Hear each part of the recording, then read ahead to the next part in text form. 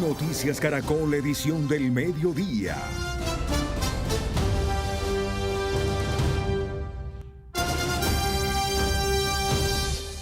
Buenas tardes y mucha atención. Sudán, un país ubicado en el nororiente de África, fue escenario de una cruenta masacre por cuenta de la guerra entre el ejército regular y las fuerzas paramilitares de apoyo rápido.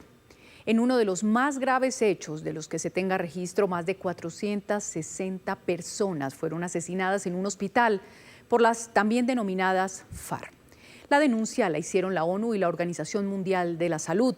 Según el gobierno de Sudán, la ofensiva de los paramilitares sobre la ciudad de Al-Fasher deja más de 2.000 civiles muertos y cerca de 30.000 desplazados.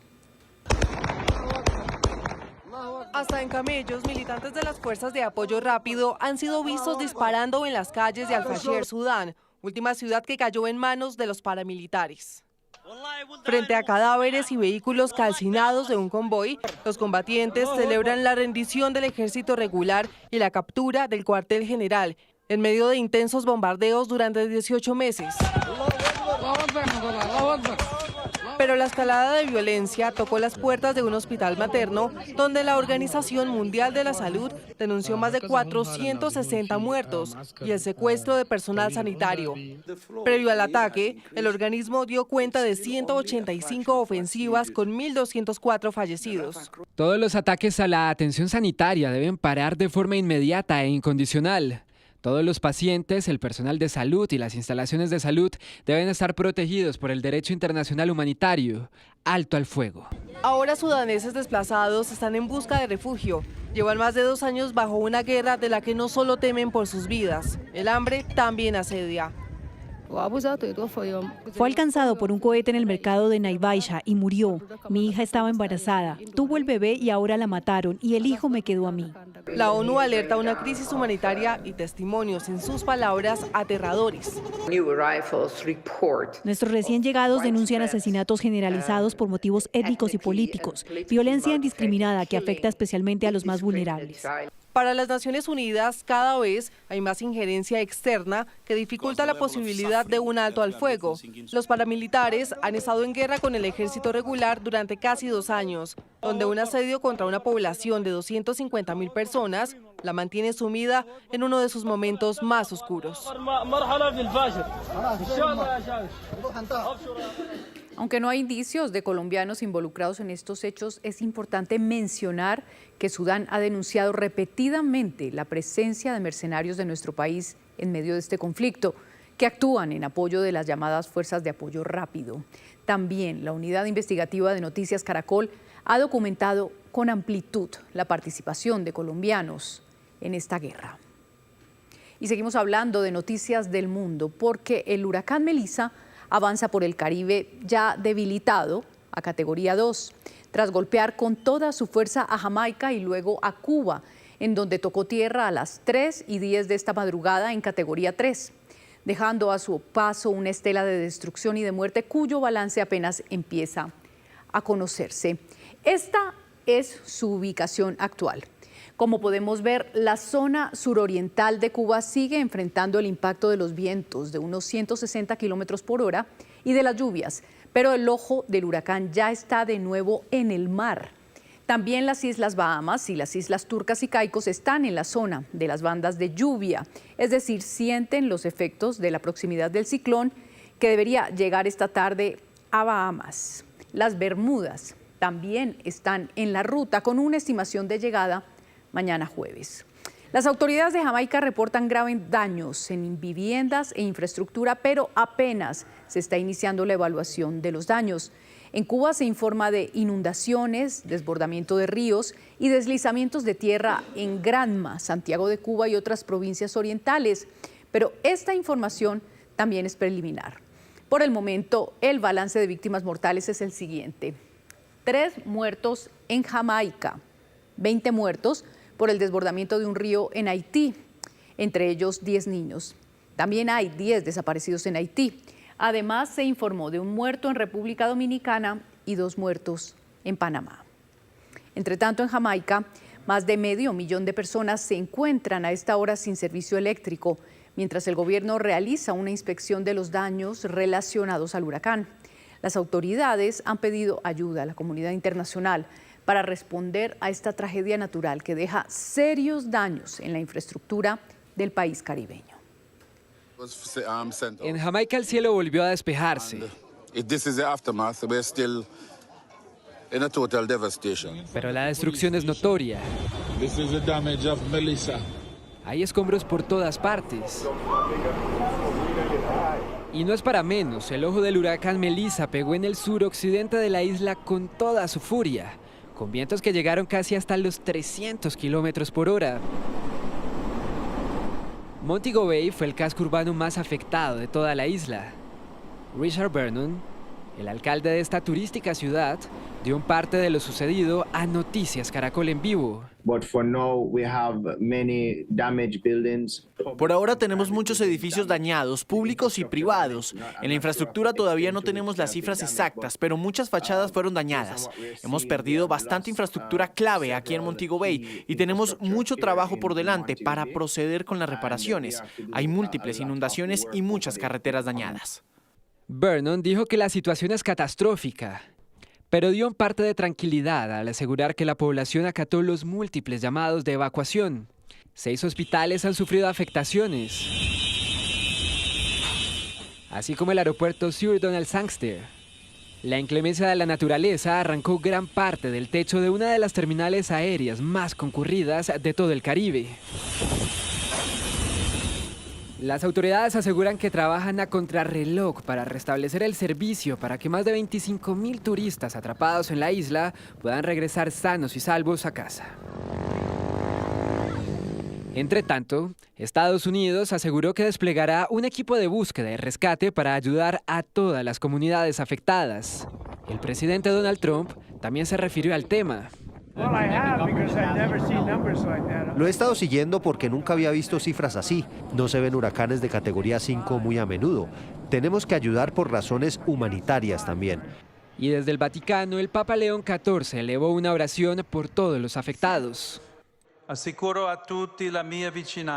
Les aseguro a todos mi cercanía y rezo por quienes han perdido la vida, por quienes huyen y por las poblaciones que, a la espera de la evolución de la tormenta, viven horas de angustia y preocupación. Por ahora se teme que las mayores afectaciones humanitarias se den en Haití, donde el huracán no golpeó directamente, pero el coletazo ya deja estragos. En Noticias Caracol en vivo habló la embajadora de Colombia en Jamaica, quien ha estado atenta a la atención de connacionales en la isla que eventualmente necesiten ayuda. Aquí tenemos una parte de la conversación. En tema de infraestructura y de inundaciones, ¿de qué dimensión fueron los daños hoy? Eso es inexplicable de verdad. El impacto en las vías carreteables de estos municipios es enorme. Muchos no tienen circulación hoy en día. Creo que ni siquiera el mismo Montego todavía ha sido habilitado. Están en esos trabajos. La infraestructura en los centros educativos fue muy grande porque muchos funcionaban como albergues, así como unas iglesias y centros comunales. La infraestructura hospitalaria es grande y vimos también la gran afectación en los hoteles. Los hoteles fueron muy impactados, la mayoría de este lado de la isla. Están suspendidas las clases hasta nueva orden, sobre todo en aquel sector que menciono. La ministra de Educación ha dicho que hay que recoger las estadísticas, los reportes de las condiciones de los centros educativos, porque hay muchos centros todavía donde el agua está en la mitad de la cintura de las personas, el agua no ha podido ser evacuada. No hay reporte de víctimas, pero puede que en las próximas horas lo haya. Hasta ahora, sobre el tema humanitario, ¿qué se ha reportado? Lo más seguro es que sí, pero hay la dificultad de las comunicaciones, entonces muy complicado, inclusive en 2 de las zonas el cuartel de la policía está destrozado totalmente y ustedes saben que la policía es un elemento fundamental para apoyar a la comunidad, para tramitar denuncias, para de todo. Hay colombianos que tal vez tengan y nos estén escuchando un familiar en Jamaica. Bueno, nosotros hemos recibido de unos 8 ciudadanos colombianos información, porque previamente habíamos circulado los teléfonos, las medidas de protección a muchos correos electrónicos y en las páginas de la embajada. Hemos recibido unos emails de algunas personas que nos dieron indicaciones de contactos y números para informarle a sus familias que están en tal establecimiento hotelero. Seguramente puede que tengamos más colombianos en ese sector no reportados. A esta hora, Cuba aún siente los efectos del huracán Melissa, que tocó tierra esta madrugada, como les contamos. Hay graves inundaciones y deslizamientos de tierra en Granma, Santiago de Cuba y otras provincias orientales. Cerca de las 3 de la mañana, hora local, Melissa llegó a Cuba, en una menor categoría que a Jamaica, pero con fuerza. Graves inundaciones anegaron las calles de Santiago de Cuba, la segunda ciudad más grande de la isla. Muchos se desplazaron por las zonas inundadas frente a sus casas. También rescataron sus pertenencias en medio de los escombros. Fuertes vientos e intensas lluvias acompañados de una gran marejada ciclónica siguen representando peligro de que se produzcan inundaciones súbitas y deslaves. Cerca de 735.000 personas fueron evacuadas de sus hogares en el oriente de Cuba, en las 6 provincias en alarma ciclónica. Además, en toda la región oriental se ha paralizado el transporte público terrestre, marítimo y aéreo. Se han suspendido las clases y se han asegurado infraestructuras estatales y cultivos. Melissa duró entre 6 y 8 horas en tierra. El pronóstico estima que saldrá al mar por el municipio de Banes, aunque sus efectos se seguirán sintiendo en Cuba por otras 8 o 10 horas más.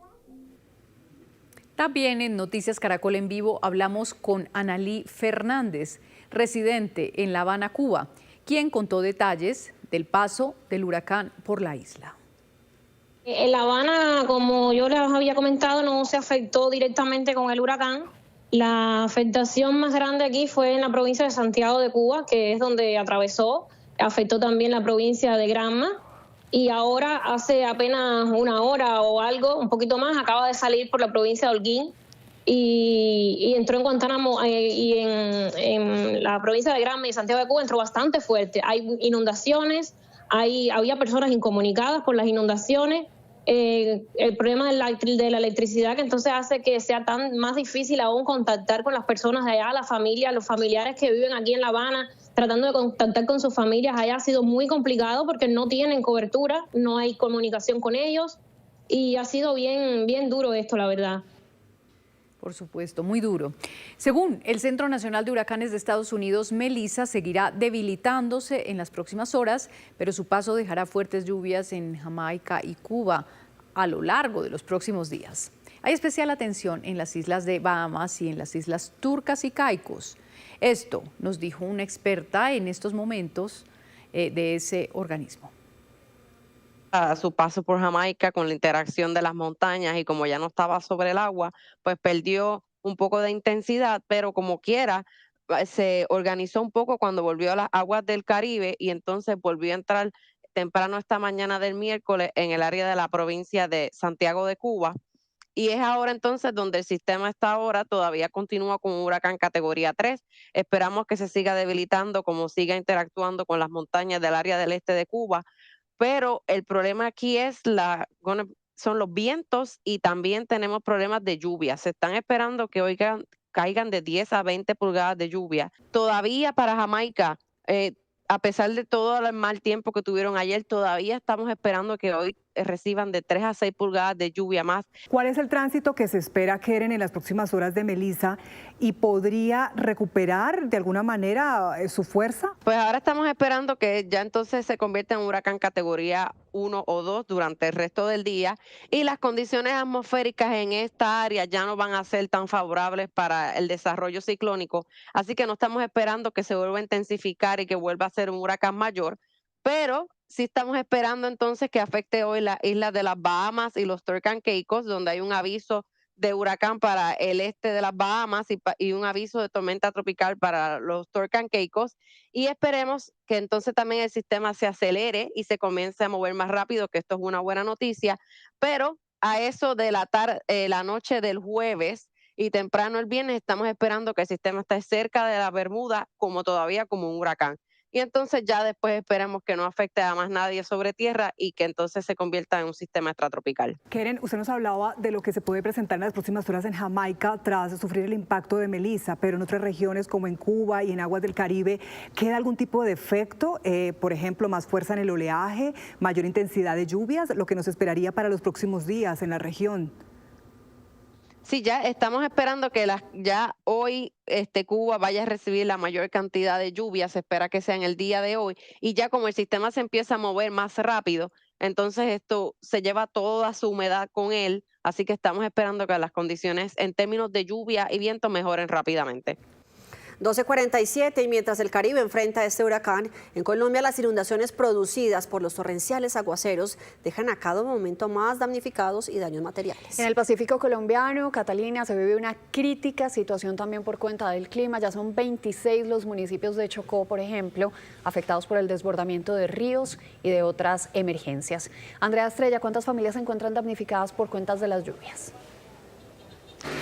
Catalina Alejandra, yo la recibo a orillas del río Atrato, que según los conductores de estas, embarcaciones nos han dicho que en los últimos 5 días el río ha subido entre 1 metro y 2 metros y asimismo ha variado su comportamiento. Desafortunadamente las lluvias continúan y hasta el momento, según el reporte preliminar que nos entrega la Coordinación de Gestión del Riesgo Departamental, son 26 municipios que en este momento están en emergencias, más de 24.000 familias, unas damnificadas, otras afectadas, más o menos 50.000 personas que en este momento están pidiendo ayudas, pero de esos 26 municipios hay 18 que están en alerta roja y otros en alerta naranja. Le hablo uno de ellos, Litoral del San Juan, esto en frontera con el municipio de Buenaventura en el Valle. Ellos, la única vía de acceso que tienen es por el río y por el mar, no tienen por otro lugar, pero desafortunadamente la creciente del río San Juan ha hecho que entre Palizadas y entre la creciente también se lleven los cultivos, que es lo único que tienen para que esas comunidades rurales, les estoy hablando más de 40, tengan su forma de subsistencia. En este momento están todas arrasadas. Una situación muy compleja porque ha dicho el alcalde, que también lanzó un SOS, es de que necesitan urgente la atención del Estado. De acuerdo con el reporte preliminar del Comité de Atención y Desastres del Litoral del San Juan, más de 15.000 personas han resultado afectadas por la creciente súbita del río San Juan en el Chocó. Son prácticamente 3 días que está inundado. Y pues también con los niños no hemos podido dar que el profesor pueda dar clase porque la escuela está inundada también. Que el río viene creciendo fuertemente. Esto es una situación bastante difícil para nuestro municipio porque también tenemos las altas mareas. Un equipo de gestión del riesgo del Litoral del San Juan constató la pérdida de cultivos vitales para la alimentación de las comunidades rurales por el desbordamiento del río. Se puede constatar la pérdida de cultivos como papachina, el cultivo de plátano, banano, yuca, maíz, caña de azúcar, entre otros. Pero también hemos constatado la verificación o las pérdidas de animales de corral, como es la gallina, el pato, entre otros. La segunda temporada de lluvias ha causado daños y desastres en 18 municipios y 25.000 familias están afectadas. Tenemos damnificados 5.844 personas, 2.880 familias, 13 casas destruidas, 7 infraestructuras públicas averiadas o dañadas. Hemos tomado ya decisiones como consejo de apoyar de manera inmediata en la respuesta al nivel municipal para efectos de lograr llevar ayuda humanitaria de emergencia en el cortísimo plazo a las familias. Esto además con el apoyo de la Unidad Nacional de Gestión del Riesgo. Ante la emergencia Gestión del Riesgo Nacional anunció el envío de 1.500 frazadas y 1.032 kits de alimentos y aseo a municipios más afectados, además de la disposición de vehículos marítimos y terrestres para fortalecer la capacidad de respuesta. Y aún aumenta su caudal. Al fondo les muestro, Alejandra y Catalina, la avenida Vallasolano. Este es un barrio de Quibdó que hay que cruzarlo en una embarcación.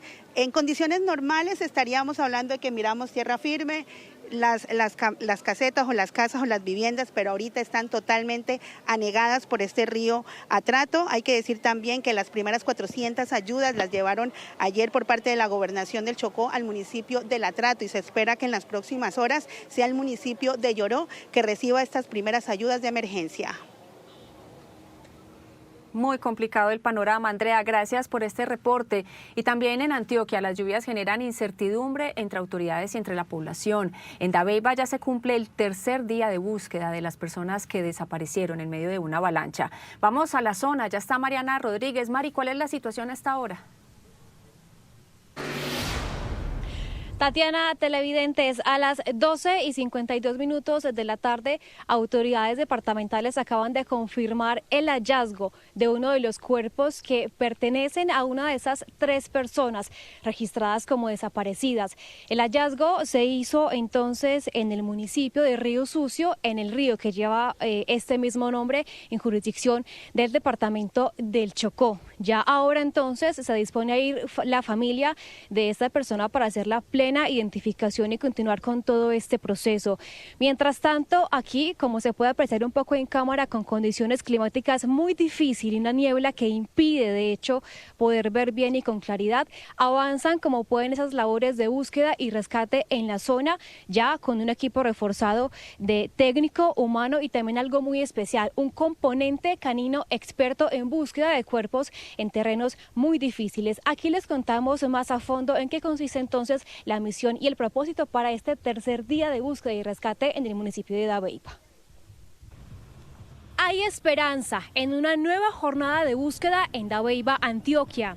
El equipo de búsqueda fue reforzado con 3 caninos expertos en terrenos complejos. Están certificados y avalados por instituciones nacionales e internacionales para participar en este tipo de emergencias. Entonces lo que vamos a hacer es un barrido de la zona, pues coordinado previamente con el comandante del incidente, para identificar los puntos claves donde posiblemente están las personas que nos están reportando como desaparecidas. Estos perros, 2 hembras y un macho, pueden hacer una búsqueda continua durante 20 minutos, descansar 40 minutos y reiniciar labores. Rescatistas confían en encontrar a las 3 personas reportadas como desaparecidas tras una creciente súbita que arrastró varias viviendas. Esperamos pues dar con los cuerpos rápidamente. Lastimosamente lo que nos han informado es que hay piedras de gran tamaño, hay unos árboles inmensos que de pronto van a complicar la búsqueda. O de pronto, listo, encontramos el punto, pero después va a ser muy difícil la extracción del paciente. La búsqueda, si el clima lo permite, será hasta las 5 de la tarde de hoy. Efectivamente, como podemos ver, es un clima muy difícil el que ha transcurrido durante esta tercera jornada de búsqueda acá en la vereda El Toro del municipio de Dabeiba. Y así las cosas, entonces actualizamos la cifra que deja esta tragedia en el occidente del departamento de Antioquia. 5 personas fallecidas y 2 más que aún permanecen desaparecidas. Mariana, gracias por su reporte. Entre tanto, tampoco escampa en otras regiones del país que afrontan el rigor de la temporada invernal. Hacemos un recorrido nacional por las zonas que han presentado mayores emergencias y comenzamos en el Cauca con Fernando Rojas. Una de las situaciones invernales más difíciles en Cauca ocurre en el municipio de Inzá, en el oriente del departamento del Cauca. En la vereda San Antonio, la quebrada La Topa se represó como consecuencia de múltiples derrumbes que mantienen con preocupación a 5 comunidades, incluidas las de la parte baja de la vereda.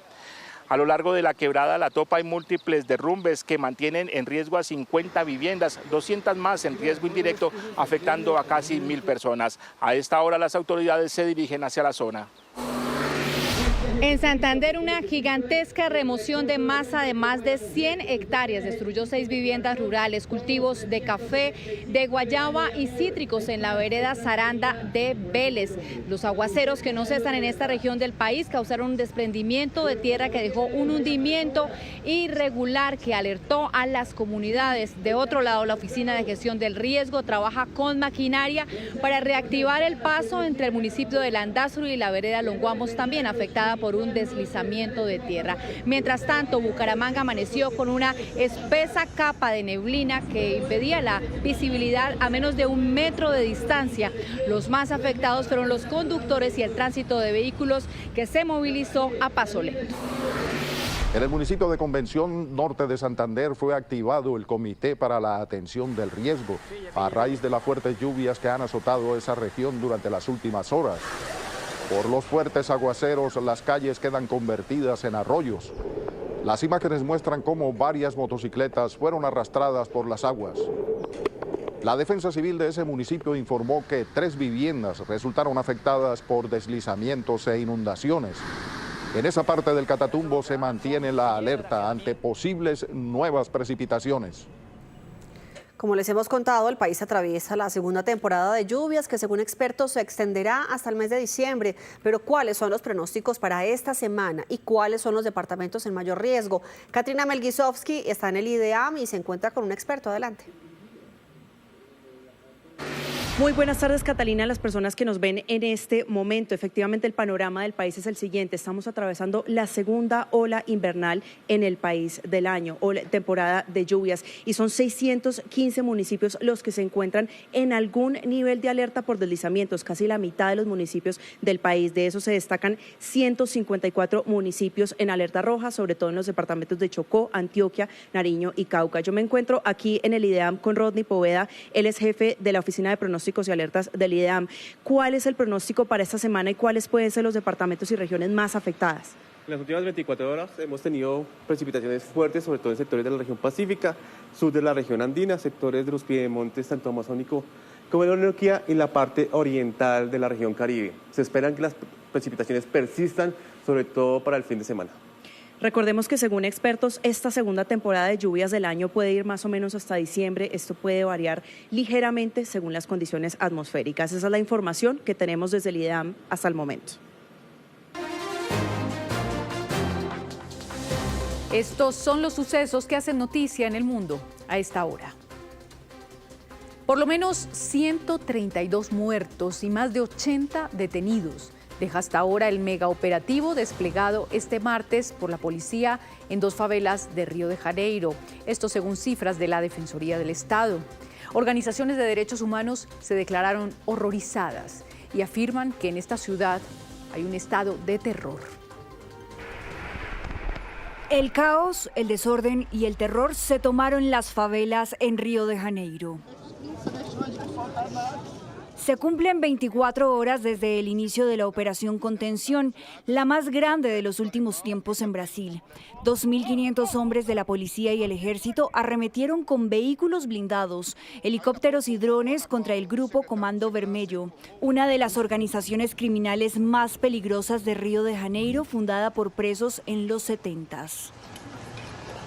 En el aire o en el suelo, la imagen fue la misma, el miedo apoderándose de la gente.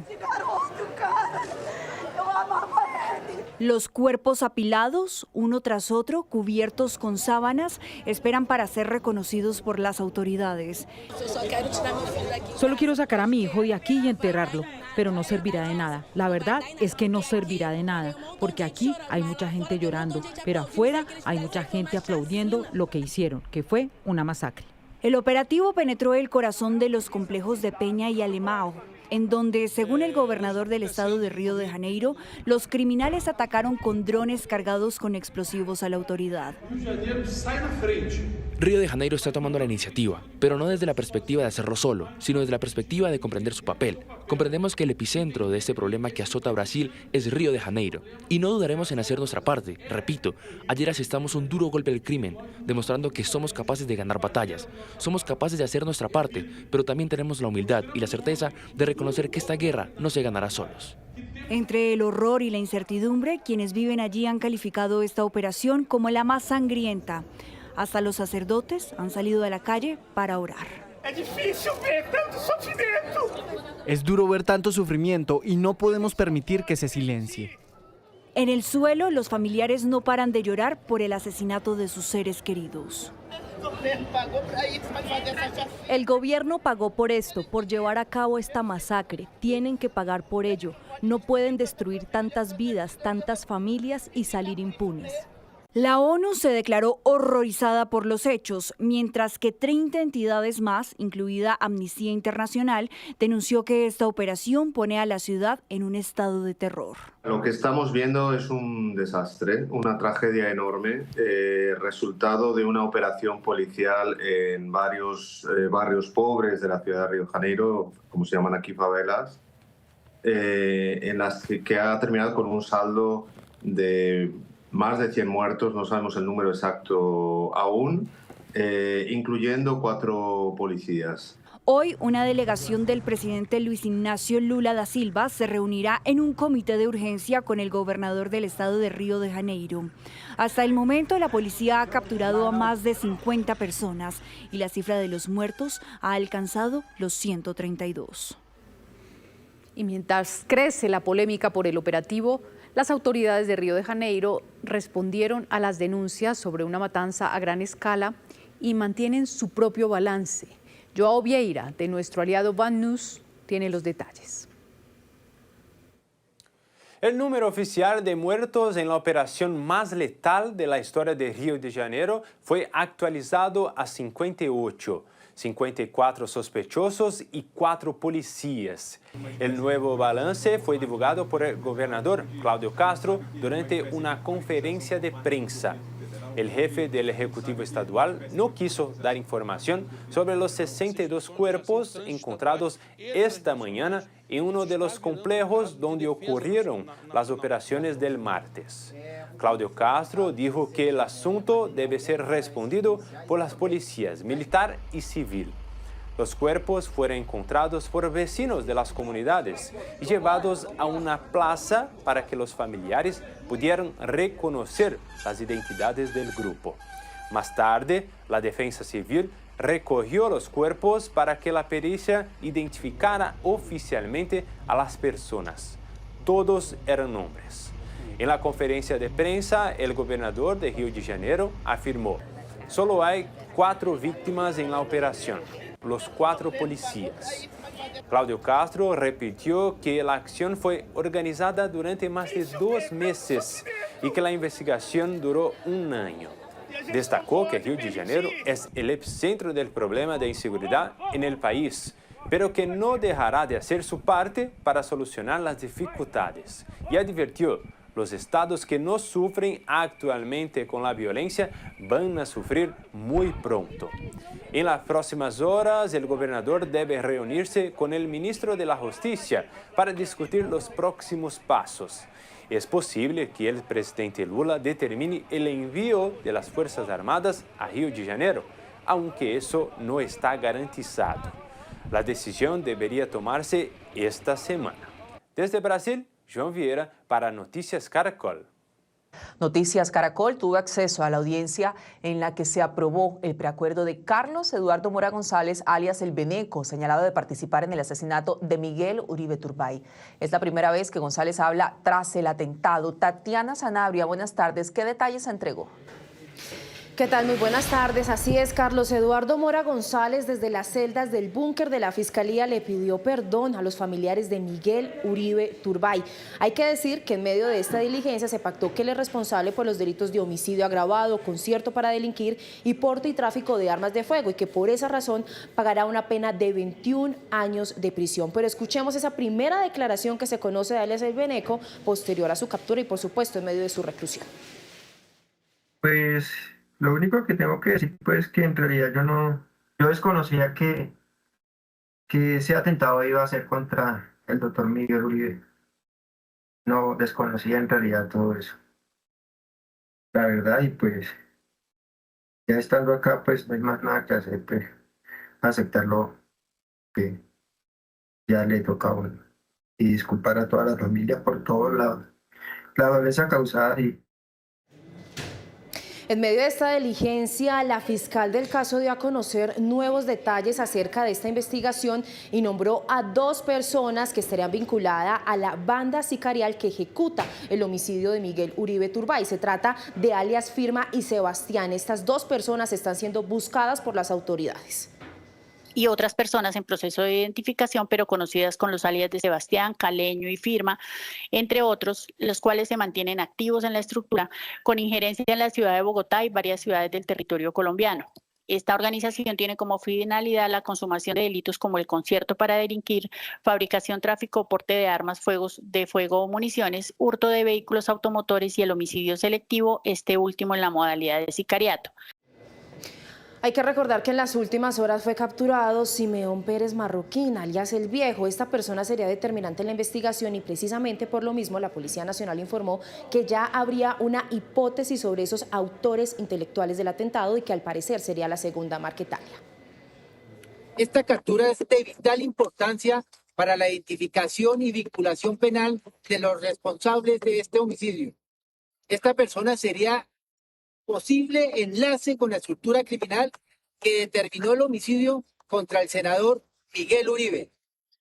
A hoy, la hipótesis más fuerte es que la estructura criminal determinó el homicidio que sería la segunda Marquetalia. Respecto a alias El Viejo, a las 2 de la tarde será reanudada la audiencia de solicitud de medida privativa de la libertad en su contra. Bien, Tatiana, gracias. Noticia en desarrollo. 1 de la tarde de 31 minutos. Bogotá se prepara para ser anfitriona del Día Mundial de las Ciudades 2025, este 30 y 31 de octubre. Este evento organizado por las Naciones Unidas busca reflexionar en temas como el futuro urbano, ciudades inteligentes, sostenibles, innovadoras y construcción de entornos más justos. Nicole Buitrago, ¿qué más detalles tiene de este evento de talla mundial? Stephanie, muy buenas tardes. Usted ya tuvo la oportunidad de vivir un evento de talla mundial allá en Cali con la COP16, pero esta vez es el turno de Bogotá. Hay buenas noticias para la capital del país porque ya está lista para recibir mañana y empezar este evento que a nivel mundial es el más importante frente a transformación urbana. Y precisamente la capital colombiana fue elegida entre 192 países del mundo precisamente por sus avances frente a la transformación en las localidades, en los barrios que ayudan a mejorar la calidad de vida de los capitalinos, también en movilidad sostenible, la gran apuesta de ese sueño materializado del metro para el futuro, pero también la mayor etapa frente a obras de infraestructura vial que se están manifestando y realizando en este momento en la ciudad. Serán más de 40 delegaciones, 40 países que ya están aquí en la ciudad para poder disfrutar y sobre todo venir a aportar para que Bogotá sea una ciudad mucho más inteligente, que se apoye de la tecnología, pero sobre todo que emprenda proyectos que ayuden a mejorar el bienestar de la ciudadanía. En la siguiente nota les contamos cómo va a estar la agenda, cuáles serán los temas y cómo puede usted participar.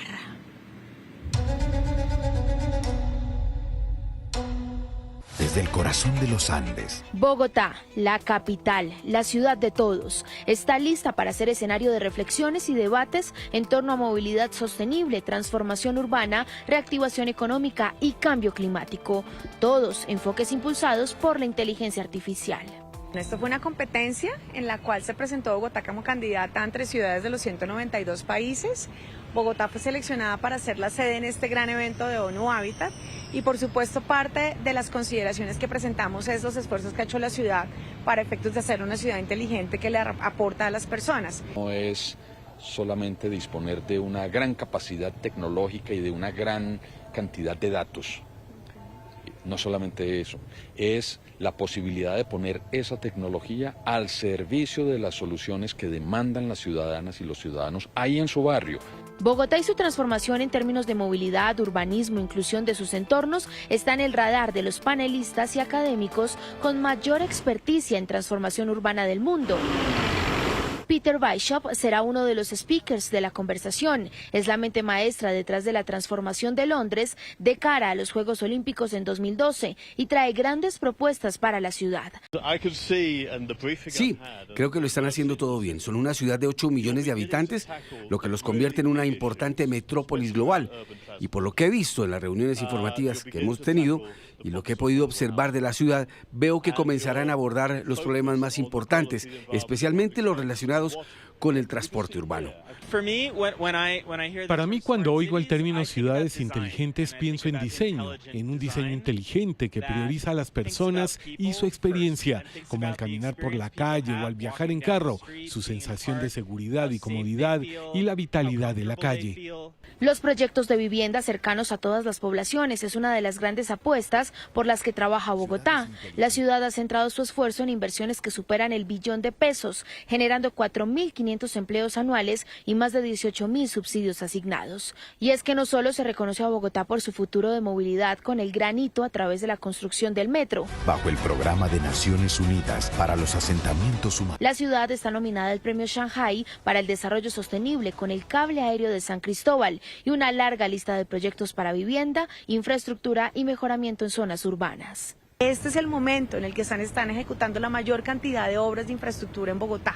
Tenemos el metro, la apuesta importante por el sistema de malla vial.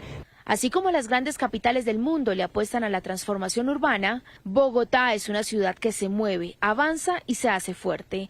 Durante 2 días abrirá espacio para hablar de sus avances, retos y oportunidades de mejora. Usted también puede participar de las charlas y una agenda nutrida, registrándose a través de la plataforma de la convención ONU Habitat Bogotá 2025.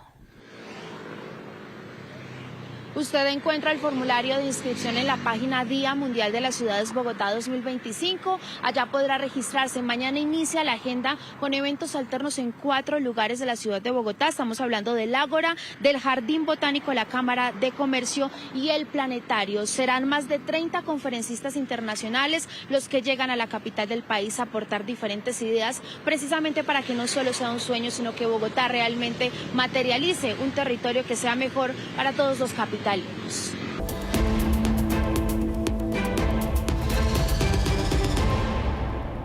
El mundo hoy nos trae la muerte y el dolor de regreso a la Franja de Gaza por los bombardeos de Israel. Funeral de Estado en España en homenaje a las 237 víctimas de la Dana en Valencia en el primer aniversario de la tragedia. Y monos de laboratorio en fuga por un accidente de tránsito. La Franja de Gaza vivió su noche más mortífera desde el inicio del alto el fuego. Israel volvió a bombardear tras acusar a Hamás de incumplir el acuerdo firmado en Egipto para la entrega de los restos de los rehenes muertos en cautiverio. Según la Defensa Civil gazatí, van 104 muertos, 46 de ellos niños. El primer ministro de Israel, Benjamín Netanyahu, ordenó atacar nuevamente la Franja de Gaza cuando salieron los resultados del Instituto de Ciencias Forenses, donde afirmaban que los últimos restos de un supuesto rehén entregado por Hamás correspondían a un cuerpo que ya había sido recuperado en 2023, además de acusar al grupo extremista de abrir fuego contra su ejército en el sur de la franja, acciones que para ellos incumplían el acuerdo firmado en Egipto. En cuestión de minutos, Gaza estaba siendo bombardeada por aviones de la Fuerza Aérea israelí. Ataques que duraron toda la noche y acabaron con cientos de vidas, reviviendo el terror de los palestinos. Son espantosos los informes que indican que más de 100 palestinos, la mayoría niños y mujeres, murieron durante la noche en una oleada de ataques aéreos israelíes en la Franja de Gaza. Las leyes de la guerra son muy claras en cuanto a la importancia primordial de proteger a los civiles y la infraestructura civil. Hamás también es señalado de hacer montajes sobre el hallazgo de los cuerpos de los rehenes que aún no han sido entregados. En cámara quedaron captados enterrando un cuerpo bajo tierra para esperar a la Cruz Roja y hacer el supuesto hallazgo, acto que Israel también repudia. Mientras los gazatíes temen que se reanude la guerra, el presidente Donald Trump se pronunció afirmando que el acuerdo sigue. Mataron a un soldado israelí, entonces los israelíes respondieron al fuego y debían responder. Cuando eso sucede, deben responder. ¿Le preocupa esto respecto al alto el fuego? ¿Lo pone en peligro? No, nada lo va a poner en peligro. Mientras tanto, los organismos de rescate siguen la búsqueda de víctimas con la esperanza de recuperar con vida a las personas que permanecen bajo los escombros. La presidenta de México confirmó que la Marina de su país no logró rescatar a un sobreviviente de uno de los bombardeos de Estados Unidos en el Pacífico. La mandataria criticó estos ataques y dijo que esa no es la forma de hacer frente al narcotráfico. En plena rueda de prensa mañanera, la presidenta Claudia Sheinbaum fue informada que, contrario a lo que había dicho 24 horas antes, México no logró rescatar al sobreviviente de los 3 bombardeos de Estados Unidos en las últimas horas. No logró rescatar. ¿El gobierno de México tiene conocimiento de qué nacionalidades eran los abatidos y este sobreviviente? Estamos preguntando al gobierno de Estados Unidos. Recuerden que son aguas internacionales. 14 personas murieron durante esos 3 bombardeos contra 4 embarcaciones en el Pacífico. En total ya han sido 13 ataques con 57 muertes. México hace parte de los países que han dejado claro su rechazo a esta ofensiva de Estados Unidos. Como ustedes saben, nosotros queremos que se cumplan todos los tratados internacionales y que nosotros no estamos de acuerdo con estos ataques como se dan. Pero para Washington esas críticas no cambian en nada la realidad. Es más, el presidente Trump, en medio de su gira en Asia, volvió a referirse a sus bombardeos y a la advertencia de que ahora irán por tierra. Yo la llamo droga por el mar, ya saben, las lanchas. Acabamos con 4 en los últimos 2 días y ya no vienen más. Ahora vienen por tierra, pero en menor medida. Si es necesario, y probablemente lo será, los atacaremos por tierra. Con la misma retórica se ha referido el secretario de Guerra Pete Hegseth, quien visitó tropas estadounidenses en Japón y dejó claro que están en guerra contra los carteles. Son los carteles de la droga, narcoterroristas. Ellos usan diferentes nombres, pero básicamente son el Al-Qaeda del hemisferio occidental. Se espera que mañana, cuando regrese de su viaje por Asia, el presidente Trump le dé una sesión informativa al Congreso sobre cuál es el siguiente paso en su ofensiva militar contra los carteles. Juan Camilo, gracias. En España se llevó a cabo un homenaje de Estado para honrar la memoria de las 237 personas que murieron a causa de las catastróficas inundaciones de hace un año en Valencia. Los reyes encabezaron esta ceremonia en la ciudad de Valencia, epicentro de la tragedia, en la que una dana provocó torrenciales lluvias. Al mismo tiempo, en las calles miles de personas protestaron para exigir justicia por las víctimas, así como la dimisión del presidente de la Generalitat, Carlos Mazón, a quien acusan de no haber actuado a tiempo para prevenir los estragos de esta tragedia natural. El rey emérito, también en España, Juan Carlos, padre del actual rey Felipe VI, regresará esta noche a su país. Juan Carlos de Borbón, quien reside en Abu Dhabi, planeó su retorno por chequeos médicos, pero ocurre ni más ni menos que en medio de la polémica causada por la publicación de los primeros extractos de su libro de memorias. Ahí narra su vida, según él, dictada por las exigencias del país y del trono. Entre otras cosas, confiesa errores y también su admiración por el dictador Francisco Franco. El príncipe Andrés, hermano del rey Carlos III del Reino Unido, vuelve a estar en el ojo del huracán. Salió a la luz ahora que en 2003 recibió a Jeffrey Epstein, involucrado en un escándalo sexual con menores de edad, en su residencia. La BBC reveló que el encuentro ocurrió en el Royal Lodge, la lujosa mansión en Windsor, donde Andrés reside sin pagar alquiler. Allí también recibió al exproductor de cine Harvey Weinstein y a Ghislaine Maxwell, la pareja de Epstein, quien reclutaba a las menores. Todo esto se conoce días después de publicarse las memorias de Virginia Giuffre, en las que ella aseguró haber sido víctima de abusos sexuales en estos encuentros. En Estados Unidos, un accidente de tránsito en una carretera de Mississippi se convirtió en alerta sanitaria. El camión accidentado, que terminó volcado, llevaba 21 monos de laboratorio. Varios escaparon de sus jaulas y aunque más tarde la mayoría de ellos fue recapturada, uno sigue a la fuga. Se trata de 21 monos Rhesus usados habitualmente en investigaciones científicas. El conductor del camión que los transportaba rumbo a un laboratorio de Florida perdió el control del vehículo y terminó volcado en la autopista interestatal 59, a la altura del condado de Jasper en Mississippi. Aquí lo importante es siempre identificar de que cualquier animal puede ser un foco de riesgo, no solo porque venga de un laboratorio, sobre todo animales salvajes, y en caso de que se esté en contacto con ellos o se haya una mordedura de por medio, acudir de inmediato a una emergencia para seguir los protocolos pertinentes. De inmediato la escena se volvió caótica. 6 monos escaparon de sus jaulas y corrieron hacia el bosque. Las autoridades advirtieron a la población no acercarse y describieron a los animales como agresivos y potencialmente peligrosos. Primero, el alguacil de la policía Condal aseguró que los primates estaban infectados con hepatitis C, herpes y COVID-19, lo que provocó alarma nacional. Pero más tarde la Universidad de Tulane, que había organizado el envío, desmintió esa versión. Aún así, el operativo no se detuvo. 5 monos fueron localizados y sacrificados por precaución, mientras uno sigue suelto.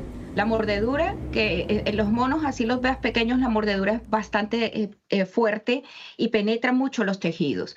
Y no sabemos si tiene enfermedades que no le hayan inoculado, pero que son típicas de estos animales, como puede ser la rabia. Además, la misma mordedura es un riesgo. Una mordedura es una entrada infecciosa a cualquier tejido. Las autoridades mantienen el operativo en la zona boscosa del condado de Jasper y piden a los residentes reportar cualquier avistamiento sin intentar capturarlo. El caso ha reabierto el debate sobre los protocolos de transporte de animales de laboratorio en Estados Unidos.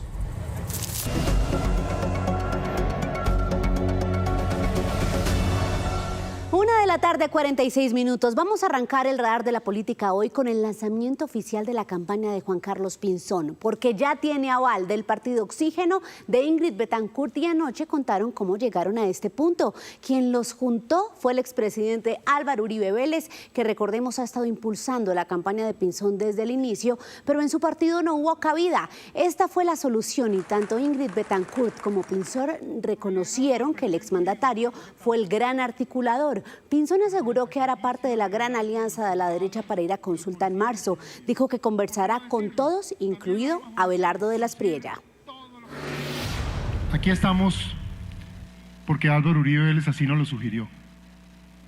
Aquí estamos porque el presidente Uribe amablemente nos puso en contacto. Y lo hizo porque cree y quiere que trabajemos por el bien de Colombia, que a partir de aquí gestionemos esa unión por el país.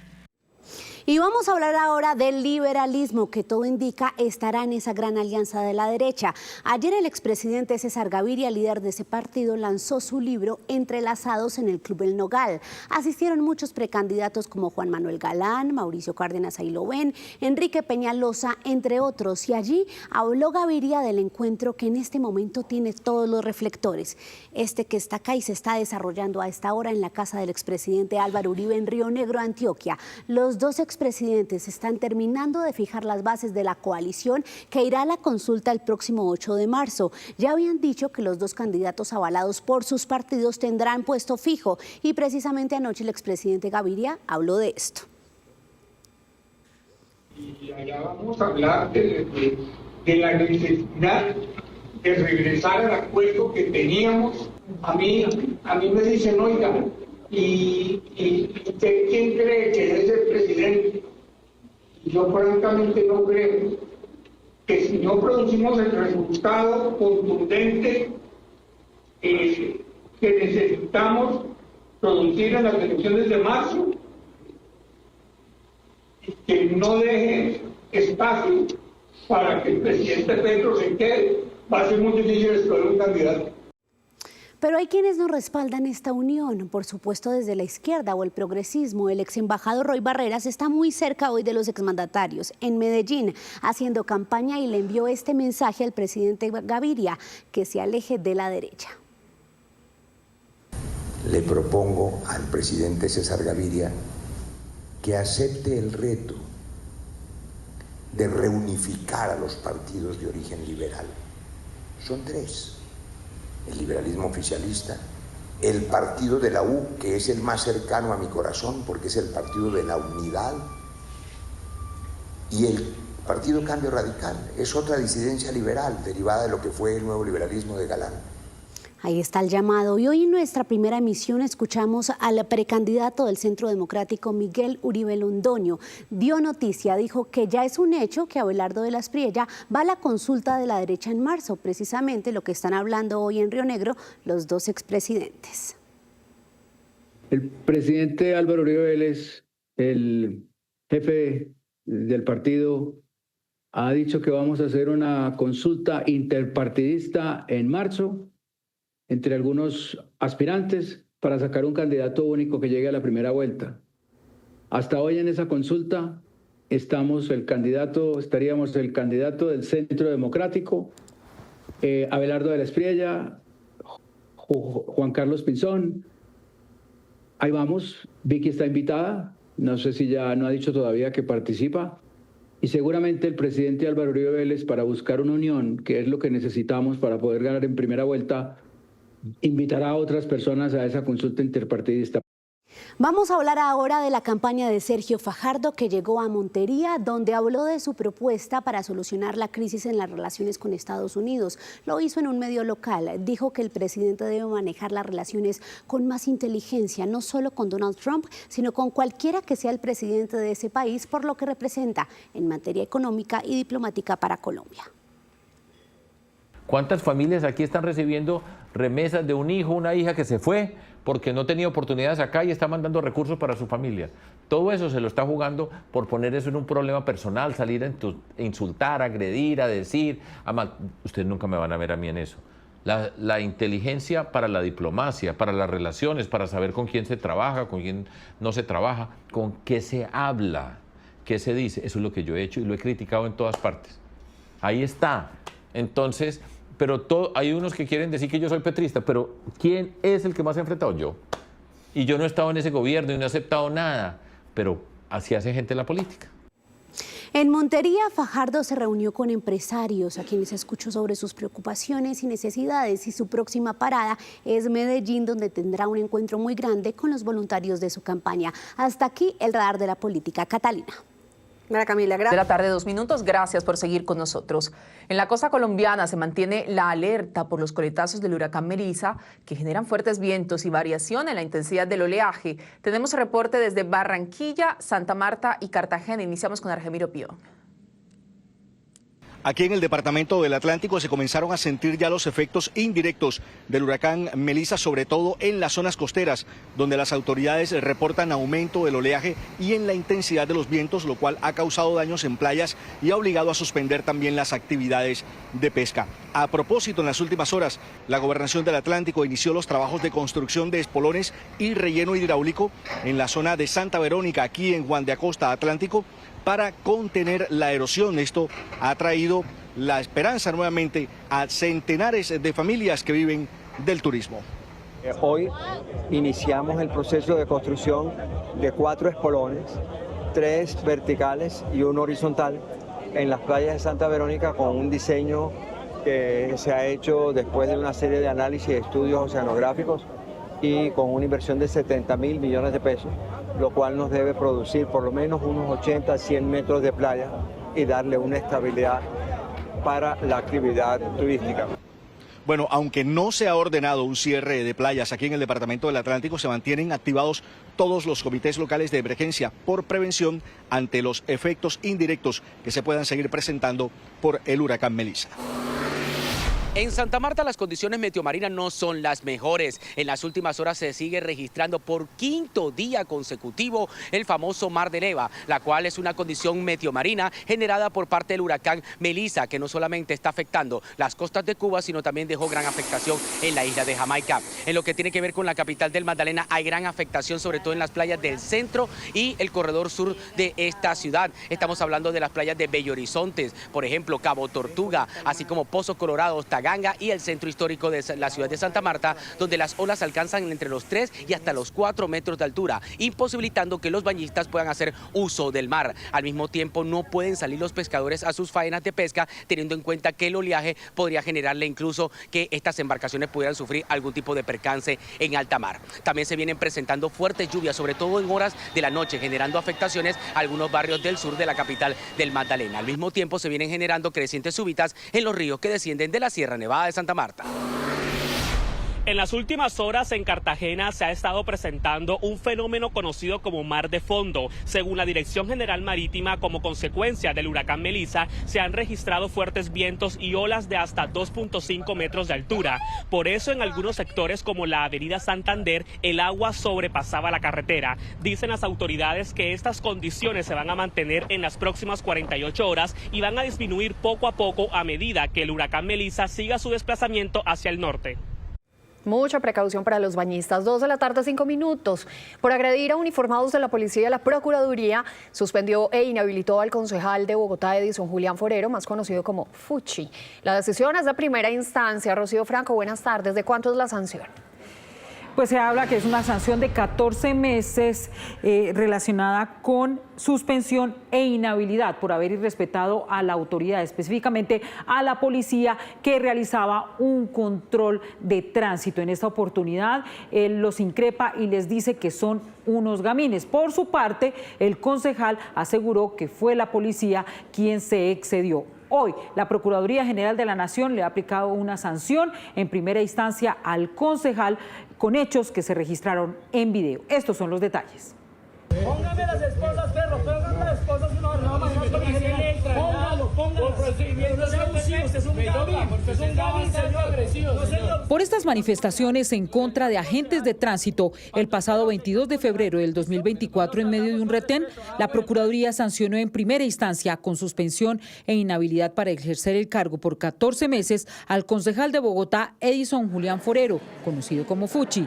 Según el Ministerio Público, el cabildante agredió verbalmente a miembros de la policía con términos irrespetuosos como perro y gamín.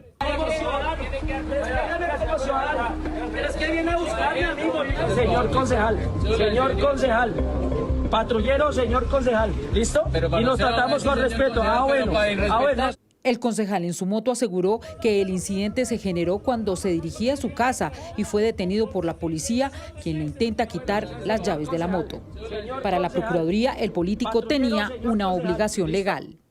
Como funcionario público debía tratar con acatamiento, tolerancia y decoro a las personas con las que por razón de su investidura y cargo debía un deber de respeto. Por estos hechos, la Procuraduría calificó la falta disciplinaria del concejal como grave. Pero no es la primera vez que el concejal Forero está en la mira de la Procuraduría. El Ministerio Público lo investiga por presuntamente promover y liderar protestas en Bogotá, igualmente por poner en riesgo a los funcionarios del Consejo luego de pasearse en moto por un balcón del recinto. El concejal no deberá de inmediato salir del Consejo, ya que tiene otra oportunidad, pues puede apelar el fallo ante la sala disciplinaria.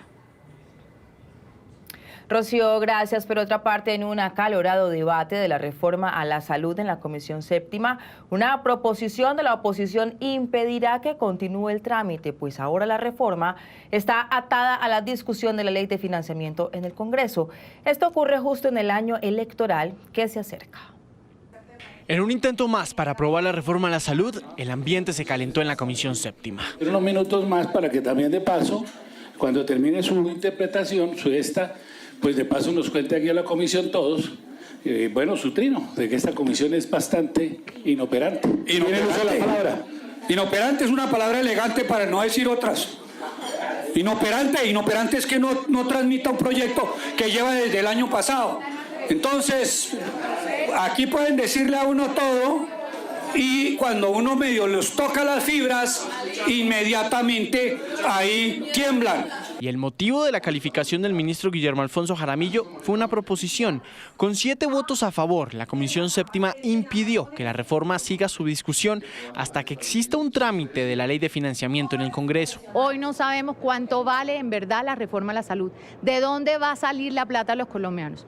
Por lo tanto, es muy irresponsable que la Comisión tome una decisión frente a ese proyecto tan importante que toca la vida de los colombianos cuando no sabemos cuánto vale. Eso es una gran irresponsabilidad. Bueno, nuevamente lo que nosotros vemos es estrategias, jugaditas de dilación, de no querer dar el debate, porque ellos en estos momentos, la Comisión Séptima, Senado, la oposición, tiene las mayorías. Es por ello que en estos momentos la jugadita o la estrategia de ellos es dilatar y no dar el debate y extenderlo de esta forma hasta que se termine archivando por tiempo. Con este panorama la discusión está detenida y la preocupación para otros congresistas también aparece para la reforma tributaria. Y nos angustia mucho que ya el tiempo se está acabando, que el 16 de diciembre se acaba esta legislatura y hoy no hemos empezado esa discusión. Lo que tememos nosotros efectivamente es que lo dejen para el final, para los momentos de las velitas, de las novenas, para pasar una reforma tributaria de espaldas al país y por debajo de la mesa. La petición de congresistas de gobierno es que se radique mensaje de urgencia a la reforma a la salud.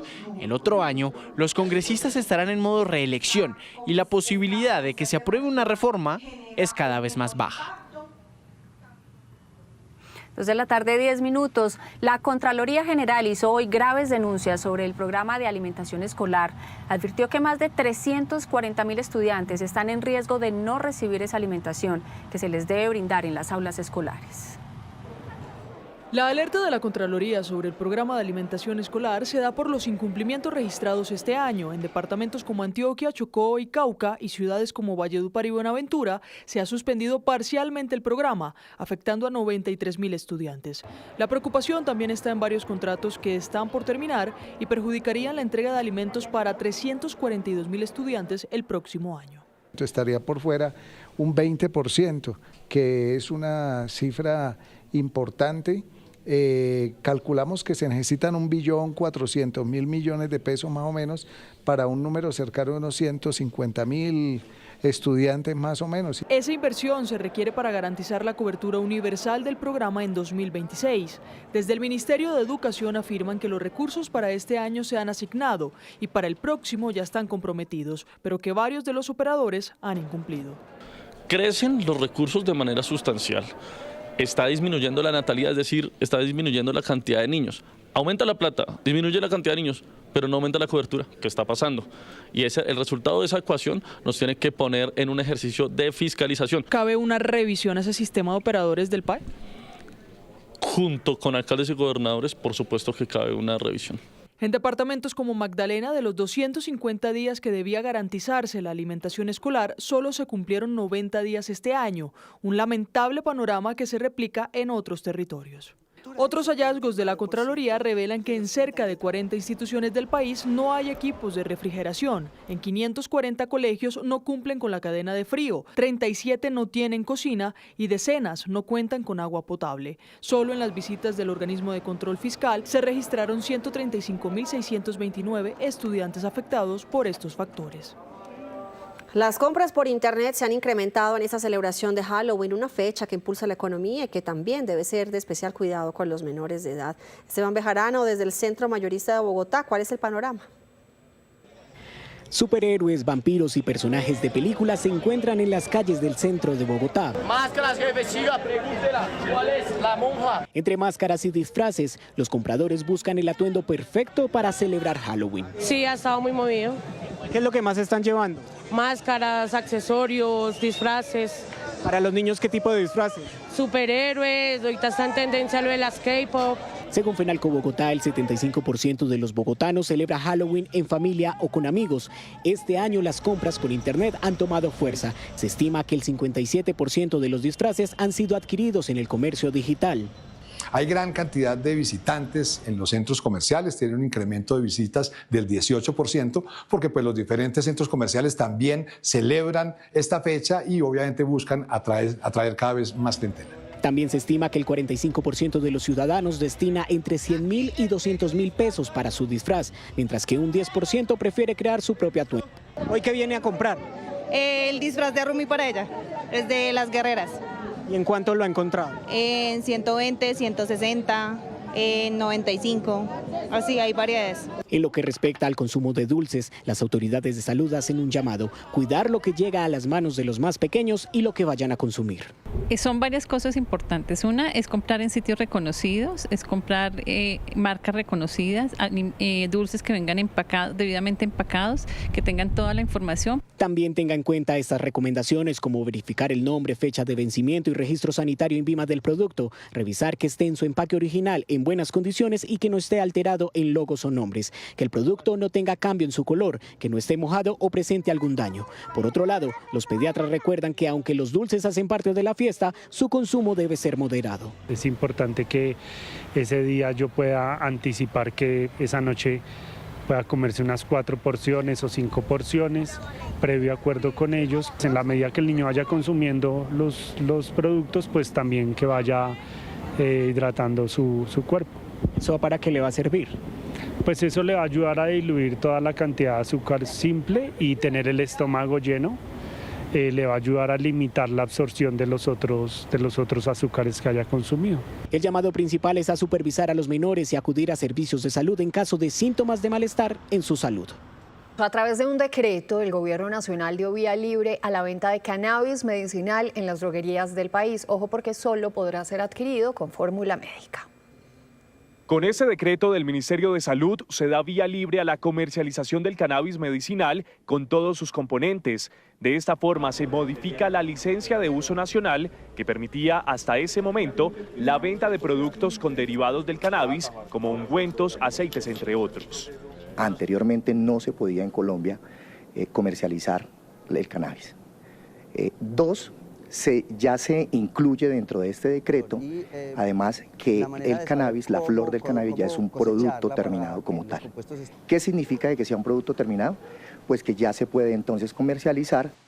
El requisito para poder adquirir cannabis en flor o en otras presentaciones en las droguerías es tener una fórmula médica. Sin embargo, el Ministerio de Salud tendrá 5 meses para dar a conocer su reglamentación. Sí, las reglas claras, el gramaje, cuánto es lo que puede eventualmente adquirir o comprar esa persona, son reglas que deben quedar establecidas para saber también nosotros como gremio, como droguerías, hasta dónde podemos llegar a dispensar o a vender este tipo de medicamentos. Aunque ese decreto es calificado por algunos gremios como beneficioso para la salud de quienes lo necesitan y para la economía de la industria farmacéutica, no todas las droguerías podrán vender ese producto. Pero algunas droguerías no lo podemos vender porque nosotros no dispensamos medicamentos de control especial. Entonces no aplica para todas las droguerías. Y esta necesita fórmula médica, necesitaría fórmula médica. Expertos resaltan la importancia de diferenciar el consumo de cannabis medicinal del consumo de marihuana. Cannabis medicinal, nosotros conocemos la composición de lo que está consumiendo el paciente. En cambio, en marihuana depende de la planta. Entonces, la planta, el que produce la planta muchas veces no sabe esa planta cuánto THC tiene, que el THC es el tetrahidrocannabinol, que es el que tiene el efecto psicoactivo. El cannabis medicinal será regulado por el Fondo Nacional de Estupefacientes.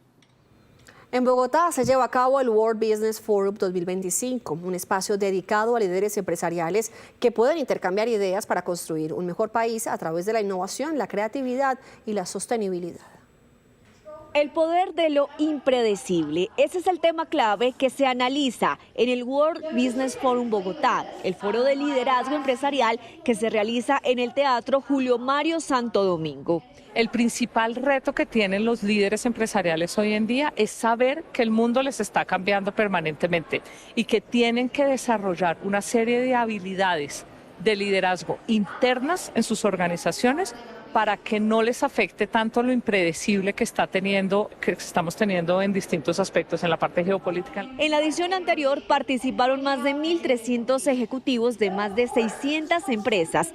Este año WOWI espera superar esas cifras con aliados y patrocinadores del evento como la Universidad Militar Nueva Granada, que reporta inversiones anuales de 22.000 millones de pesos en ciencia, tecnología e innovación. La inspiración, porque la disciplina vence la constancia, porque es importante tener en cuenta que no necesitas ser súper inteligente, sino necesitas ser constante en tus temas. Eso te va a permitir ser realmente una persona exitosa en lo que te propongas y en las metas pues que realmente te pongas a futuro. Y para la presidenta del Fondo Nacional del Ahorro, estos espacios son clave a la hora de compartir y recibir experiencias para construir país. Son los mismos empresarios, los mismos gerentes los que les pueden abrir la entidad al Fondo Nacional del Ahorro, y que le abran las puertas al Fondo Nacional del Ahorro es que los empleados conozcan una entidad de origen público que les permita cumplir ese sueño de tener una vivienda. La programación de esta 10ª edición abordará otros temas como liderazgo, innovación, transformación organizacional, creatividad, agilidad, cultura y sostenibilidad.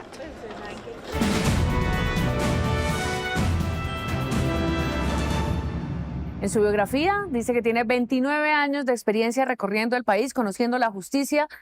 La llaman la abogada de hierro. Es Sondra McCollins y se cree presidenta. Gracias por estar aquí. Muchas gracias, Alejandra. Muy feliz de poder estar contigo en este programa tan chévere. Pues la primera pregunta, y justamente es porque así se llama este espacio que hemos creado ante tantos candidatos, es por qué llega la decisión o la convicción de lanzarse a la presidencia. Bueno, creo que ya llegó la oportunidad de que una voz femenina levante este proceso presidencial para que no haya más injusticias. Las mujeres, a pesar que somos mayorías, en un país democrático, pues deberíamos estar poniendo la agenda pública. Y de alguna manera no ha habido una mujer que lidere ese proceso de unión entre todas nosotras, que somos un poco más de 26 millones de mujeres colombianas y 20.2 quienes elegimos en el gremio femenino. Por lo tanto, creo que las mujeres debemos elegir el próximo presidente, poner la agenda pública, poner nuestro sello femenino en todo el estamento estatal, en el estamento público y liderar un proceso que sea llevado a cabo por una mujer. ¿Qué es lo que hace masculino al entorno del poder? Más que todos los egos. Pienso que, yo siempre digo que todos los presidentes que hemos tenido llegan a orinar la casa de Nariño, a ponerle su sello de macho alfa, a acabar con todo lo que se haya hecho anteriormente para empezar de cero un proceso. Es como construir un edificio cada 4 años y todos los 4 años vienen, tumban todo y empiezan de cero y nunca pasamos del primer piso. Esa ha sido como la experiencia con los hombres y obviamente la visión masculina, que no tiene nada que ver con lo que nosotras somos como mujeres, que somos más sensibles, menos violentas, que protegemos más a la humanidad, pues está dentro de nuestro ADN. Eso ha faltado en la visión de gobierno, porque pues los hombres, aparte que son mucho más violentos, siempre están liderando en pro de las finanzas, de temas muy materiales. Nosotros vamos mucho más allá, al hogar, a la procreación y a la sostenibilidad. ¿Cuál es esa radiografía que hoy puede tener usted de Colombia? Bueno, hoy tenemos un país muy polarizado y esa polarización ha venido precisamente de los extremos que han sido manejados por hombres. Pues las mujeres, aparte de querer un país en paz, estamos tratando de generar un proceso de unión, una unión donde no importa si somos de derecha o de izquierda, liberales o conservadores, o lo que históricamente ha tenido Colombia en sus extremos, sino que piense en el bienestar general. Y eso representamos las mujeres, el bienestar general. ¿Qué le ha marcado al ADN de Colombia el funcionamiento de la justicia? Tanta impunidad, tanta congestión judicial y hoy día, si se quiere, algún señalamiento de politización de la justicia. Bueno, realmente la justicia toda la vida en Colombia ha sido mal manejada. Primero porque no ha sido liderada por personas que saben de derecho penal y básicamente el sistema judicial depende del derecho penal. Y desafortunadamente no hemos tenido nuestro propio modelo judicial, sino que lo hemos copiado de otros lugares y hemos hecho un gran Frankenstein de la justicia.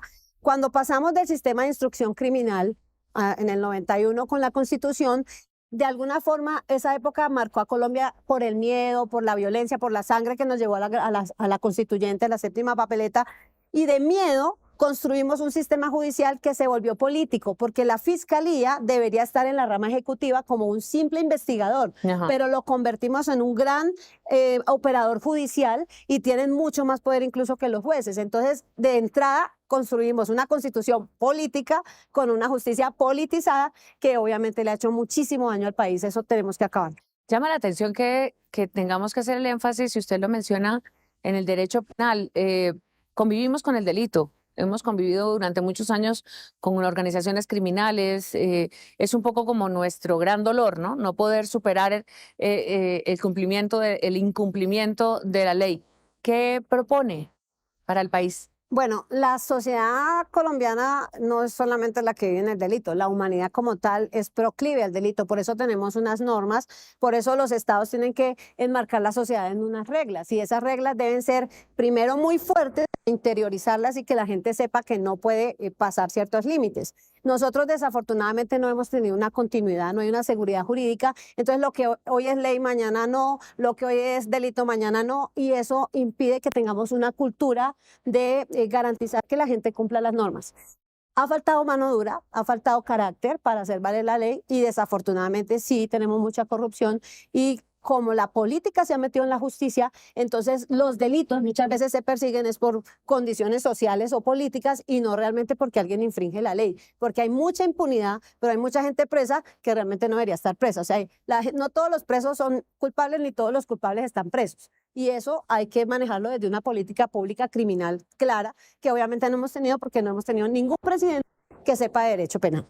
Aparte de la justicia y de esta mirada que es fundamental en la construcción del Estado de Derecho, ¿cuál es el otro énfasis o los otros énfasis en los que hay que hablarle al ciudadano que está diciendo, pero hay muchos candidatos? ¿Cómo se diferencia usted? Bueno, primero yo soy la representante de la tecnología, soy promotora del primer partido digital en Colombia y creo que la tecnología no es el mañana, es el hoy y Colombia no está preparada para ese cambio. Ni siquiera la soberanía nacional, nuestra seguridad nacional depende de nosotros, está pues tercerizado con otros países que sí tienen el soporte tecnológico para manejar todo lo que requerimos para tener la seguridad nacional. Entonces, lo primero que voy a hacer es implementar la eficiencia en la modernización del Estado, pasando a Colombia a un 2.0. Eso va a garantizar que no va a haber más corrupción, que vamos a tener unos procesos que no van a ser multiplicidad de funciones como ahora, y vamos a poner el Estado en sus justas proporciones. Lo segundo que vamos a hacer es recuperar la soberanía nacional y eso también depende de la tecnología. Un país donde podamos identificar a todos los actores, donde tengamos una policía y un ejército fortalecido con las herramientas necesarias, porque hoy día la criminalidad tiene mejor armamento y mejor tecnología que nuestro propio ejército y la policía. El tercer punto importantísimo y va de la mano del anterior es el fortalecimiento y el crecimiento de la economía, no solamente la economía popular informal, sino también el agro, ponerlo agroindustrializado. Cuarto punto, que es súper importante, es una verdadera inclusión, ¿sí? Una inclusión donde las mujeres no seamos tratadas como minorías, porque obviamente no lo somos. Entonces necesitamos garantizar que todas las mujeres van a tener oportunidades, derechos e igualdad en las mismas condiciones que los hombres y priorizando quienes necesitan apoyo, ¿no? Como madres cuidadoras, tercera edad, los adultos mayores y primera infancia. Sondra McCollins quiere, como queda claro en su propuesta, decirle al país que las mujeres pueden llegar a la presidencia y por eso se cree presidente. 2:36 p.m. La Fundación Santa Fe de Bogotá hoy cumple 53 años al servicio de la vida y la salud de los colombianos, más de medio siglo consolidándose como una institución que brinda servicios de alta calidad en todo el país.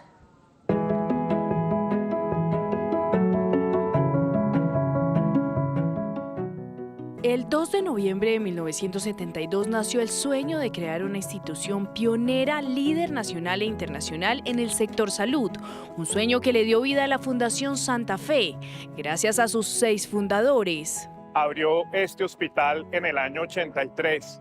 Siempre ha trabajado en salud pública, ha estado en municipios del país solucionando problemas de salud reales y hemos visitado más de 850 municipios en los últimos 10 años. Servicio, cuidado, responsabilidad, humanismo, ética y calidad son los principios de los trabajadores de la Fundación Santa Fe, que hoy cumple 53 años brindando salud y bienestar a los colombianos.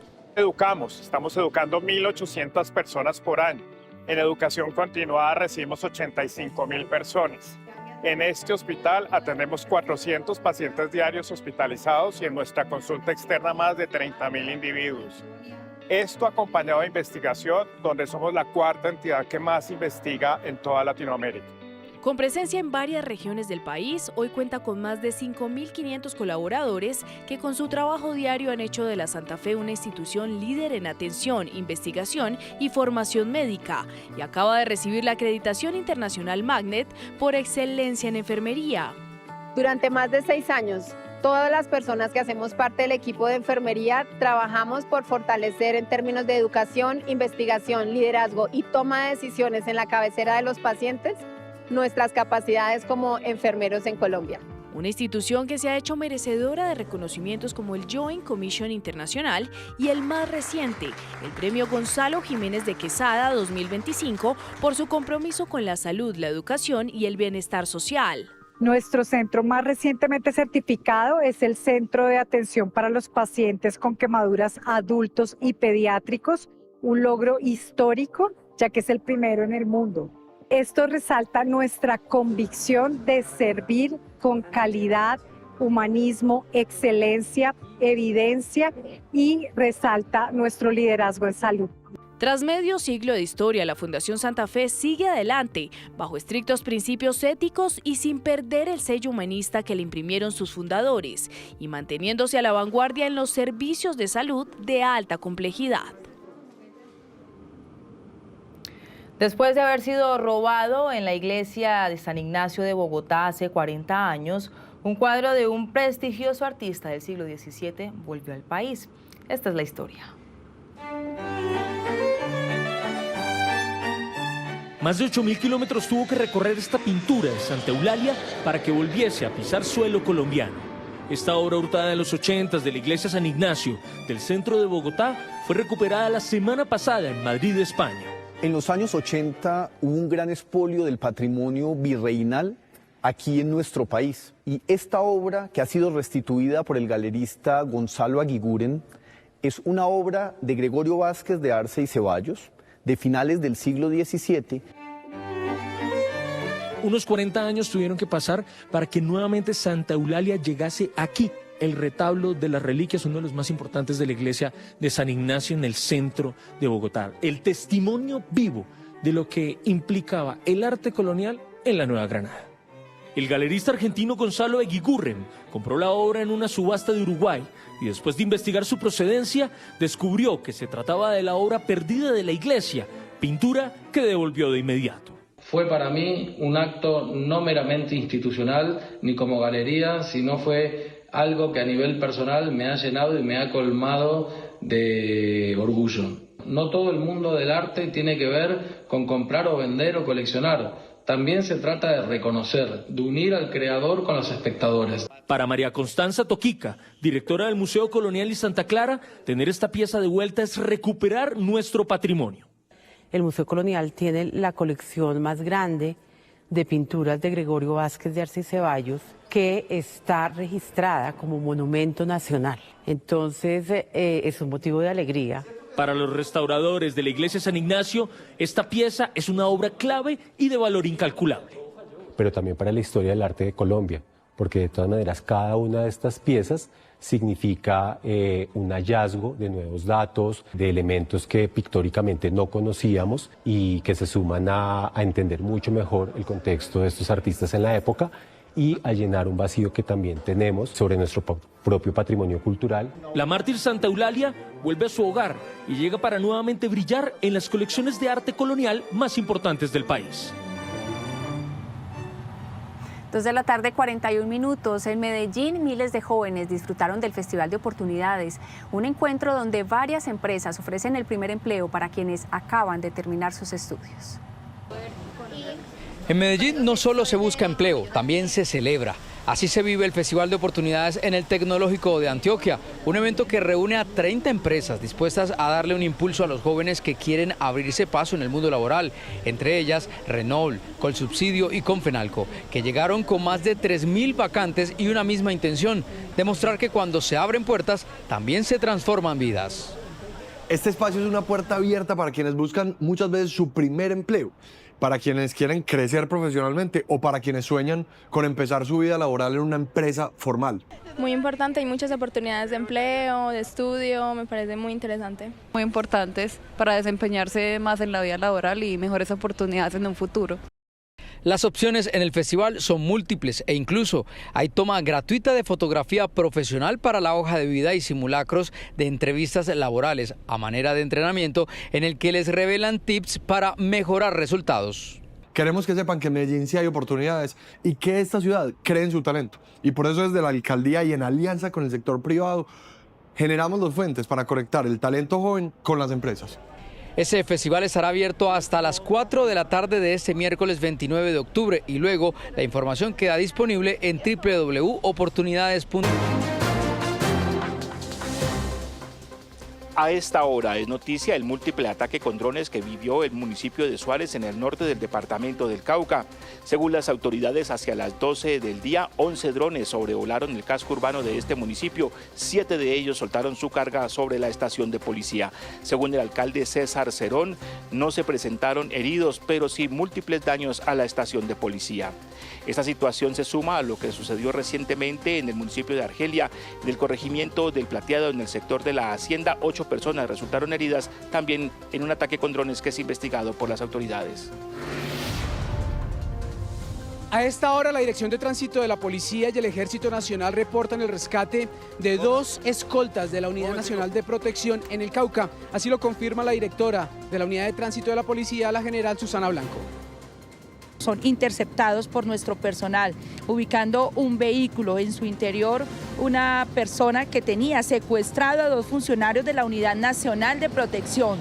Sin embargo, logran huir 2 personas más en otro vehículo.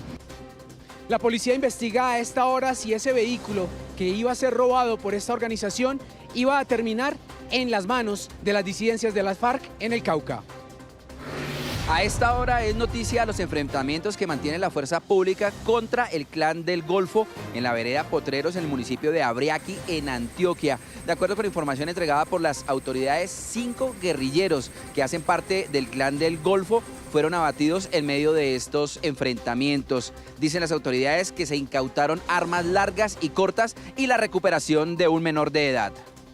Es preocupante la situación en Boyacá por un gigantesco movimiento de tierra en San José de Parea a raíz de las fuertes lluvias.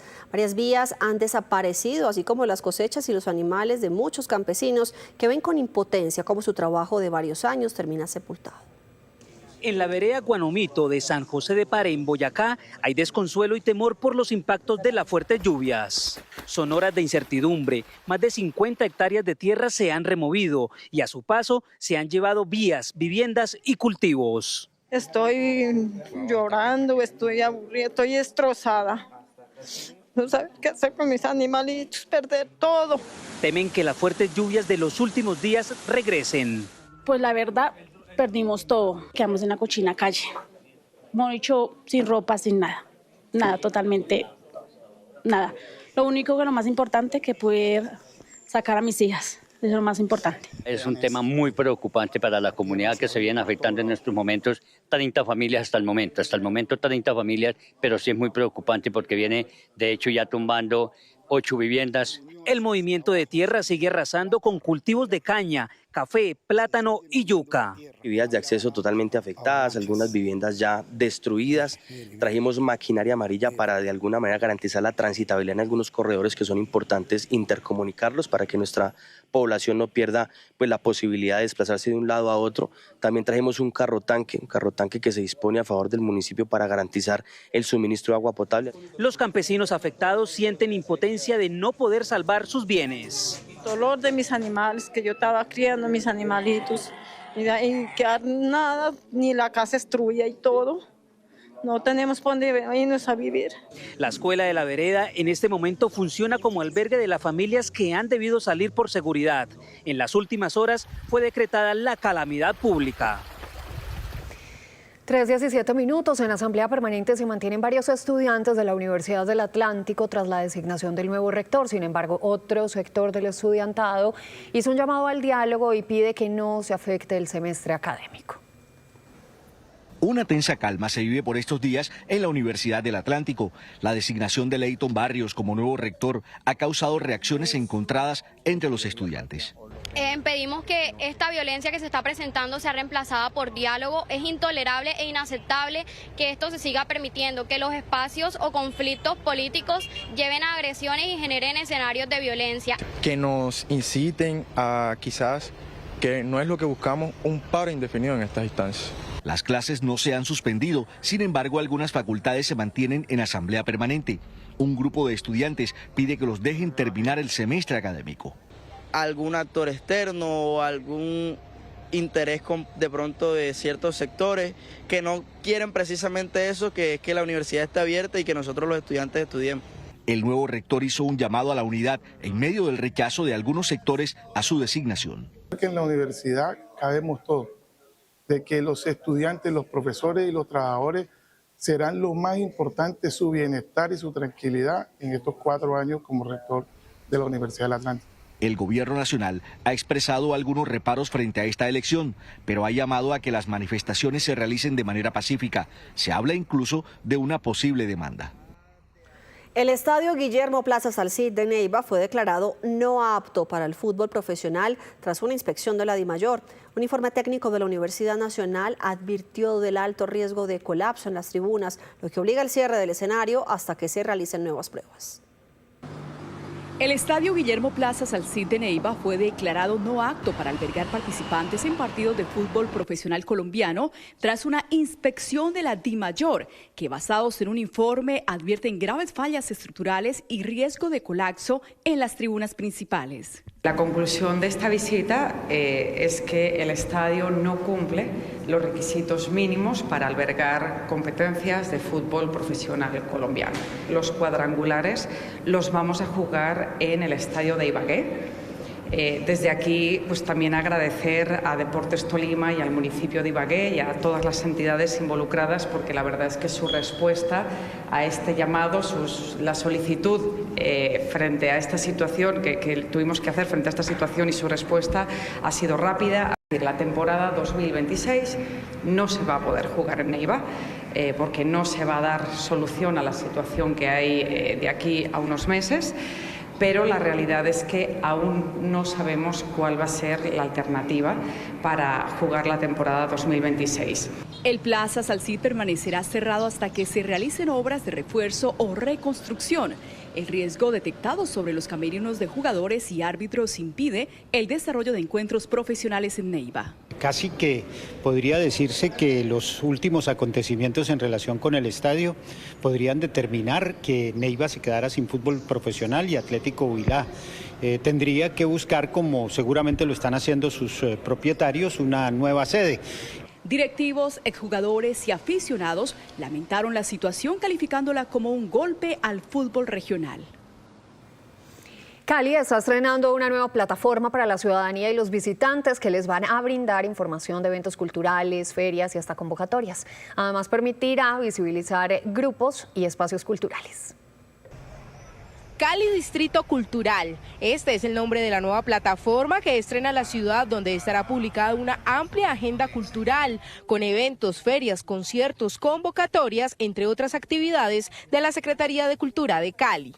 Con solo un clic, caleños y turistas tendrán a la mano la programación diaria de los eventos culturales. ¿Quieres una clase de salsa? ¿Quieres una de marimba? ¿Quieres saber qué está pasando con la Feria del Libro? Estamos con las 12 plataformas también, o los festivales que tenemos en la ciudad a través de la Secretaría de Cultura, y vas a ver la agenda. Entonces, porque a veces decimos que hay para hacer en Cali, ahí vas a encontrar todo. Y también, si quieres oportunidades a través de convocatorias. La plataforma busca visibilizar artistas, espacios, agrupaciones e incluso las bibliotecas de la ciudad para su fortalecimiento. Cada ciudadano puede darse cuenta de qué hacemos en cada una de las bibliotecas. Son 60 bibliotecas en la ciudad, estamos en corregimientos y en comunas, entonces es muy importante que cada ciudadano pueda tener acceso a la información. Los artistas de Cali son los más felices con esta nueva adquisición. Esperan que el número de asistentes a las presentaciones aumente significativamente. Para que los artistas conozcan cuáles son esos espacios donde pueden circular, cuáles son, o la cantidad de agrupaciones que hay, de artistas independientes que hay, de organizaciones culturales y artísticas, y esta plataforma es como una herramienta que facilita justamente ese reconocimiento y conocimiento de esa información. Desde hoy, ingresando a www.calidistritocultural.com, las personas estarán enteradas de las ofertas culturales de la ciudad, y además los colectivos podrán también publicar sus convocatorias y presentaciones de manera gratuita. Miles de personas de la localidad de Suba, en el noroccidente de Bogotá, se verán beneficiadas con el nuevo Centro de Desarrollo Comunitario, que ofrecerá servicios como alimentación, cursos y educación. Sobre más de 7.800 metros cuadrados se levanta el Centro de Desarrollo Comunitario número 23 de Bogotá, en la localidad de Suba, que busca atender a más de 1.900 personas con asesorías y servicios integrales para toda la comunidad. En la localidad de Suba, las puertas del nuevo Centro de Desarrollo Comunitario Tibabuyes ya están abiertas, un espacio diseñado para el encuentro, la formación y el bienestar de las familias del occidente de Bogotá. Es un centro de desarrollo comunitario. El objetivo es prestarle servicios y atender a la población vulnerable de la localidad, incrementando sus capacidades. Se van a dictar cursos de panadería, cursos de cocina, cursos de comunicaciones. Igualmente vamos a tener un centro Integrarte, que es un centro para atender a personas en condición de discapacidad. El centro cuenta con amplios salones para talleres, atención a personas con discapacidad, espacios culturales y un comedor que distribuirá 500 raciones diarias de alimentación. Y no se paga nada, solamente es tener la voluntad de venir acá y pues apreciar todos los servicios y cuidarlo, porque eso es lo más importante. Bueno, la verdad me siento muy contenta porque de verdad que nos hacía falta esto a nuestra comunidad, porque de verdad que es muchos beneficios para muchas personas que de repente no tienen para un almuerzo. Con esta apertura, Bogotá fortalece su red de centros comunitarios y su compromiso con la inclusión social, brindando espacios para la ciudadanía en general. Que tenemos un centro de desarrollo comunitario maravilloso, unas instalaciones buenísimas, pero que no serían buenas si no vienen a disfrutarlo, a solicitar los servicios de la Secretaría y si no lo cuidamos. Con la suma de este nuevo Centro de Desarrollo Comunitario, la Secretaría de Integración Social espera impactar a más de 50.000 personas anualmente en toda la ciudad. Y en pocos minutos entrará en servicio un nuevo puente vehicular en Bogotá. Esteban Bejarano, ¿de cuál se trata? Alejandra y televidentes, buenas tardes. Se trata del puente curvo ubicado en la avenida 68 con calle 26, que hace parte de la construcción de la troncal 68. Este es un puente que será de uso exclusivo de Transmilenio y va a conectar el centro de la ciudad con la avenida América. Se espera que más de 85.000 bogotanos que tengan un viaje mucho más fácil y directo, porque van a conectar con barrios residenciales, zonas de trabajo y estudio. En el futuro se espera que por aquí pasen los buses de Transmilenio, pero actualmente, ahora en la tarde, se espera que comience a rodar los buses duales de Transmilenio, como el que ustedes observan al fondo del puente. Este es la ruta MP85, un servicio que inicia en el Museo Nacional, que pasa por la calle 26, conecta con la avenida 68 y precisamente llega hasta la avenida Américas para retornar luego a su punto de origen. Este es un trayecto que cuenta con 8 paraderos. Más detalles en nuestra emisión de Noticias Caracol en vivo. Buena noticia para los capitalinos, Esteban, gracias. Y en Valledupar, una mujer cambió las redes por los libros y el ruido por las letras. Con cada trueque literario, Luz Andrea Gómez siembra lectores, une comunidades y demuestra que la lectura todavía puede transformar el alma de una ciudad. Soy Luz Andrea Gómez y esta es mi historia. Llevo 6 años haciendo trueques literarios y promoviendo a escritores locales e incentivando la lectura en Valledupar. Que los poemas, cuentos y novelas proliferen en Valledupar como las hojas en los árboles es el sueño de Luz Andrea Gómez, quien siembra el hábito de la lectura a través del intercambio de libros. Que Valledupar sea una ciudad literaria y que haya libros por todas partes, sacar los libros a las calles, dejarlos al alcance de otras personas. Lo importante es resaltar que es un espacio que permite encontrarse una comunidad lectora y construir lectores en una ciudad donde creemos que poco se lee. Acercarme a la maga que sonreía sin sorpresa, convencida como yo de que un encuentro casual era lo menos casual en nuestras vidas. En cada una de estas jornadas de trueque circulan más de 300 libros, iluminando el camino de los jóvenes hacia las letras y de los escritores hacia sus lectores. Gracias al apoyo de Luz y el trueque estamos fundando un club literario en la ciudad de Valledupar. Para nosotros el trueque siempre es un evento de encuentro. A través de los libros nosotros podemos estimular nuestra creatividad, investigar ampliamente y también transformar nuestro pensamiento crítico. Por su incansable trabajo para consolidar una sociedad más letrada, Luz Andrea Gómez es una colombiana que hace historia. Pero nos encontramos a las 7 de la noche con una nueva edición informativa. Si quiere seguir los hechos del día, ya saben que pueden conectarse a partir de este momento a la señal digital de Noticias Caracol en nuestras plataformas digitales. Y aquí en el canal Caracol ya viene Tormenta de Pasiones, Somos Noticias, Caracol, primero la gente. Feliz tarde. Chao.